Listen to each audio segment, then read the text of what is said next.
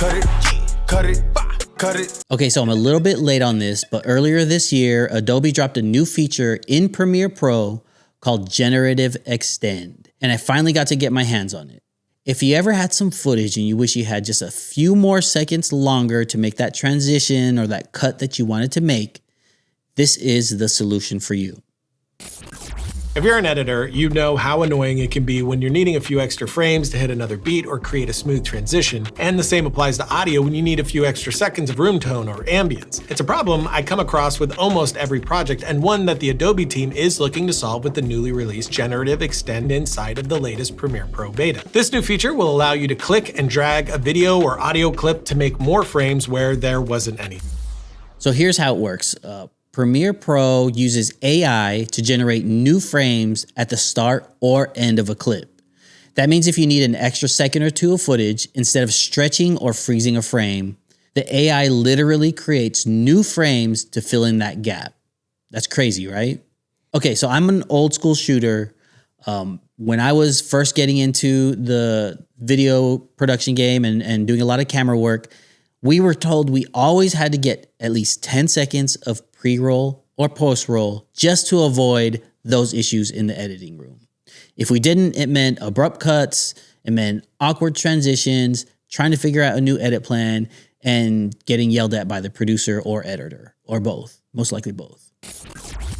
Right off the bat, if you try this feature on something like 4K footage, you get this pop-up explaining that currently your clip needs to be either 1920 by 1080 or 1280 by 720 and can't surpass 30 frames per second. So we'll export a 4K clip down to 1080p, drop that in our sequence, then over here in the toolbar, you'll see this new Generative Extend icon under the text tool. Tap that, and now we can extend our video clip by 2 seconds. We'll get this processing bar, and finally, we get this, which honestly surprised me. We still have some issues here, a bit of flicker, but it is wild how well this already works while still just in beta. As we tested it, we found that clips with less contextual change work best. Bringing in footage with a lot of grain tends to have poor results. However, using this on close-ups, slow motion shots, and time lapses that have consistent movement have worked really well. Like this slow motion clip of a man running. We can extend this out a few frames, and there you go. It's not perfect, you can see the shift happen still, but if those frames were during a transition, you wouldn't notice at all. Of course, the longer you use the extend feature, the more chances for any AI artifacts, especially if there are faces in the background. But I see this being used more for a couple frames to fill in gaps in the edit, and probably most often to fill out a transition without having to time remap. If you do get a result that you're unhappy with, you can right-click the AI generated label and tap Regenerate to create a new variation. You can also provide feedback to Adobe by tapping Good Output or Poor Output so they can continue to improve this tool. And if you want to locate it where your extended files are, they'll be downloaded to your project folder in the subfolder called Generative Assets.